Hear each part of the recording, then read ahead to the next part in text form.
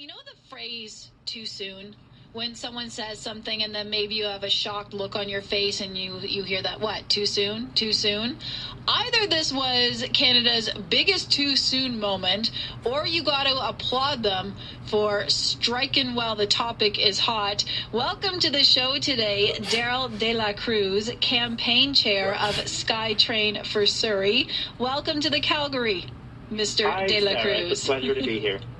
Okay, let me read a sentence from the press release from your group yesterday. The Province of Alberta's rejection and cancellation of the Green Line LRT project in Calgary due to significant cost escalations of that project means a significant federal funding allocation may be made to other transit projects, aka we want the Calgary money. Can you explain yourself? All right, so we're community backers of the Surrey-Langley project in BC, the next province over. Yeah. No disrespect intended, but from our point of view, the Green Line design was definitely problematic. We did some cost analysis of other rail transit proposals in Canada. At-grade systems are often marketed as a cheap way of getting good transit. In reality, they're surprisingly costly. So our understanding is that funding from the federal government is usually time-limited or capped. If the current money is made available, we had an idea that it could be relocated to the project in Surrey-Langley. Okay, so for people who do not know the Surrey-Langley, what is the Surrey-Langley SkyTrain project to begin with? What is it you are trying to build? All right, the Surrey-Langley SkyTrain, it's a 16-kilometer extension of the existing SkyTrain system. That's the one that serves Metro Vancouver out to Langley City Centre Station. I guess you can compare it. It's a big rail transit project. It's shovel-ready. It has pricing finalized in contracts, and it shows good value in terms of projected ridership and travel time savings.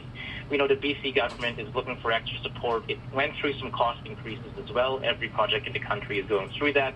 I know the BC government is still going to go ahead without the extra support, but we think that they deserve it if the federal government is able to come to the table. Now, you want this project accomplished because Surrey-Langley essentially are suburbs of Vancouver, and they need to be attached into the line? Yes, essentially, we see a lot of proposals in Canada for different transit projects. This one is ours. It's been worked on for the last 10, 15 years.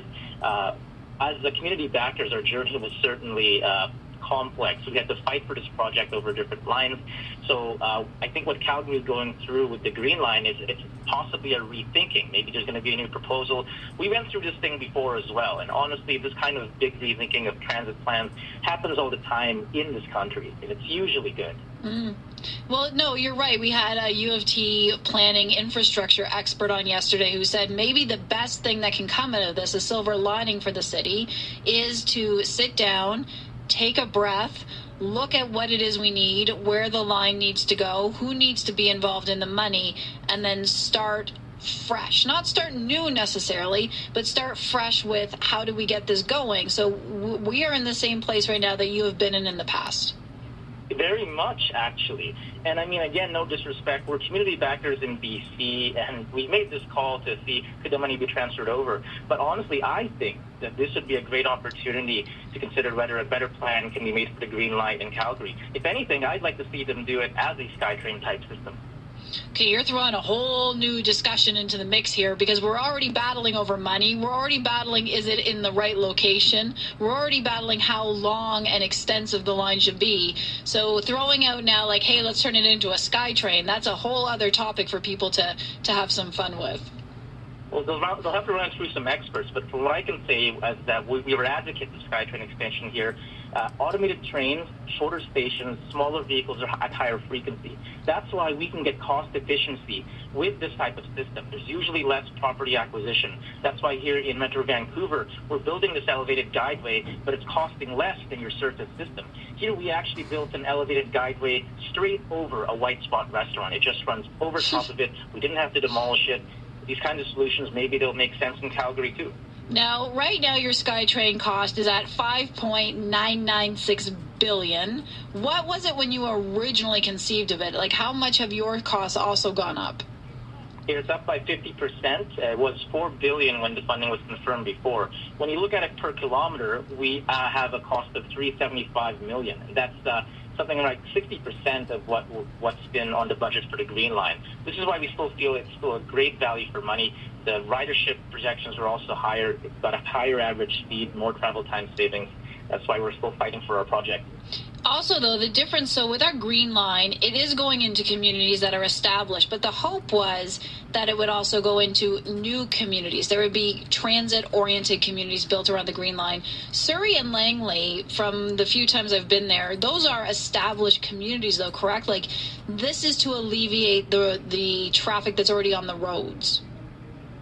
Yes, there's a lot of due diligence required here in Surrey and Langley. Again, this project's been on the table for over 10 to 15 years.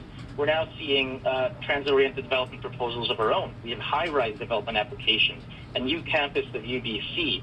We have a proposal for a big stadium that might be ready for FIFA 2026. And obviously, this is all linking into Surrey, which is the second biggest city in Metro Vancouver, soon going to become the biggest. It's going to become bigger than Vancouver. So this is our situation. And, of course, obviously, Calgary has its own growth pressures as well. And let's see if we can come up with a nicer plan. Daryl Dela Cruz, when your group put this note out hours after our project fell apart, did you get a response saying, oh, that's cheeky, or hey, the body isn't even cold yet, what are you doing? Or were people like, good on you, go for the money when you need it? Well, these things are slow. Honestly, we actually sent the letter to the wrong minister. Apparently, we were supposed to send it to the Minister of Housing, so we had a notice saying, oh, we forwarded it to the right person. I mean, honestly, it looks like there might need to be a reapplication for the funding from the province. If they're going to have a new plan, we're hearing they might have a new plan, it's going to take some time to move forward.